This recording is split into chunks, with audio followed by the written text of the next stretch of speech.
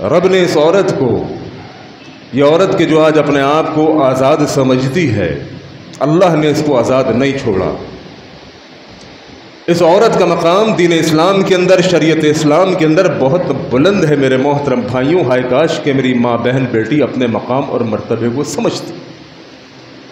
Europe کے معاشرے کے اندر کہ جس کو دیکھ کر میری ماں بہن بیٹی سمجھتی ہے کہ وہ آزاد ہے، اللہ جانتا ہے یہ ایک ٹشو پیپر یورپ کے معاشرے کے اندر عورت کی وقت ایک ٹشو پیپر کی طرح ہے کہ اس کو صاف کیا اور پھینک دیا، اس سے بڑھ کے نہیں۔ لیکن یہ مسلم پاکیزہ معاشرہ کہ جس معاشرے نے عورت کو ایک پاکیزہ عورت قرار دیا اور اس کی حفاظت کی ذمہ داری اس کے مرد کی لگائی، اور رب نے قرآن میں حکم دیا وَقَرْنَ فِي بُيُوتِكُنَّ۔ جو عورت آج باہر نکل کر اسلام سے آزاد ہو کر بے پردہ ہو کر سمجھتی ہے کہ جناب میں کوئی بہت بڑا تیر مارنے جا رہی ہوں، نہیں، کچھ بھی نہیں۔ اسلام نے اس کی حدود چار دیواری کے اندر، باؤنڈریز کے اندر رکھی ہے۔ وقرنا، اور قرار پکڑو، فی بیوتکن، اپنے گھروں کے اندر، اپنے گھروں کے اندر قرار پکڑو، اور یقین کریں عورت اپنے گھر میں ہی محفوظ ہے اور کہیں نہیں۔ لا يحفظ المرأة الا زوجها او بیتها او قبرها، یا تو عورت اپنے گھر میں محفوظ ہے یا قبر میں محفوظ ہے یا خاوند کے گھر میں محفوظ ہے، اور کہیں اس کی عزت آبرو کی حفاظت نہیں ہے۔ جس معاشرے کے اندر میں اور آپ آج رہ رہے، ہر دوسرا بندہ عورت کو ترسی ہوئی گندی نگاہ سے دیکھتا ہے، لہذا اللہ رب العالمین نے اس عورت کا مقام اور مرتبہ چونکہ اللہ کے ہاں بہت بلند ہے، اسلام نے عورت کو شہزادی کے روپ میں رکھا ہے کہ مرد باہر نکلے گا، کمائے گا، کجائے گا، زمانے بھر کی گالیاں سنے گا، جھڑکیاں سنے گا، اور کمانے کے بعد رات میں گھر پہ لا کے اپنی شہزادی کو کھلائے گا۔ اسلام نے عورت کا مقام رکھا ہے۔ دیکھو، جو چیز اہمیت کی حامل ہوتی ہے، جس چیز کی کوئی ویلیو ہوتی ہے، اس کو آپ سیف میں، تجوری میں، الماری میں، کسی اچھی محفوظ جگہ پہ اٹھا کے رکھتے ہیں۔ آپ کے پاس سونا ہے، آپ کے پاس زیور ہے، آپ کے پاس ہیرا ہے، ڈائمنڈ ہے، کہ ایسے ہی گھر میں کہیں بھی کسی بھی کونے پہ پھینک دو گے؟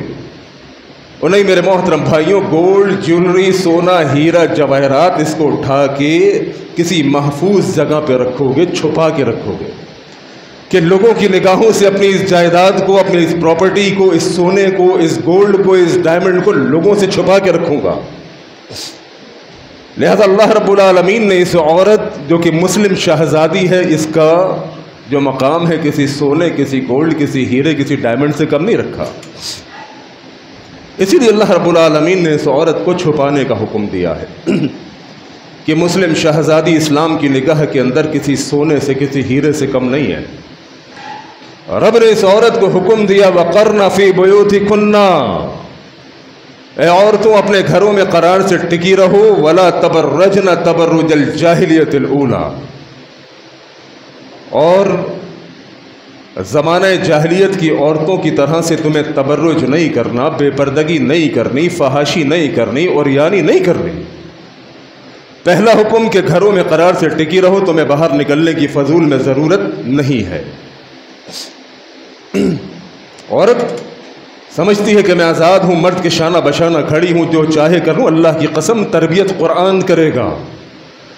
قرآن نے عورت کو پابند کیا وَقَرْنَ فِي بُيُوتِكُنَّ، اور تو اپنے گھروں میں قرار سے ٹکی رہو۔ ہاں اگر کوئی ضرورت پڑ جائے، کسی ضرورت سے باہر نکلنا پڑ جائے، ٹھیک ہے، لوگوں کی خوشیوں میں بھی جانا ہے، لوگوں کے غم میں بھی جانا ہے، بلکہ میں تو کہا کرتا ہوں کہ یقین کیجئے اپنی بیویوں کو خود سیر سپاٹے کے لیے بھی لے کے جایا کرے۔ بہت عجیب سی بات ہے کہ آج ایک چیز یاد رکھیے گا، ایک اسلام کا حکم ہوتا ہے، ایک شریعت ہوتی ہے، اور ایک خاندان کی ثقافت اور کلچر ہوتی ہے، دونوں میں فرق ہے۔ میں پچھلے دنوں پنجاب گیا، وہاں پر ایک دوست سے بات ہو رہی تھی، وہ کہنے لگے بڑے حیران ہوئے جب ان کو پتہ چلا کہ میں اپنی بیوی کو لے کے باہر جاتا ہوں، گھومنے جاتا ہوں، اچھی جگہوں پہ جاتا ہوں، کھانے پینے کے لیے جاتا ہوں، ہوٹلز میں جاتا ہوں، تو بڑے حیران ہوئے، کہنے لگے یار مولوی صاحب ہم تو اپنی بیویوں کو نہیں لے کے جاتے۔ میں نے کہا کیوں نہیں لے کے جاتے؟ کہنے لگے اصل میں بس وہ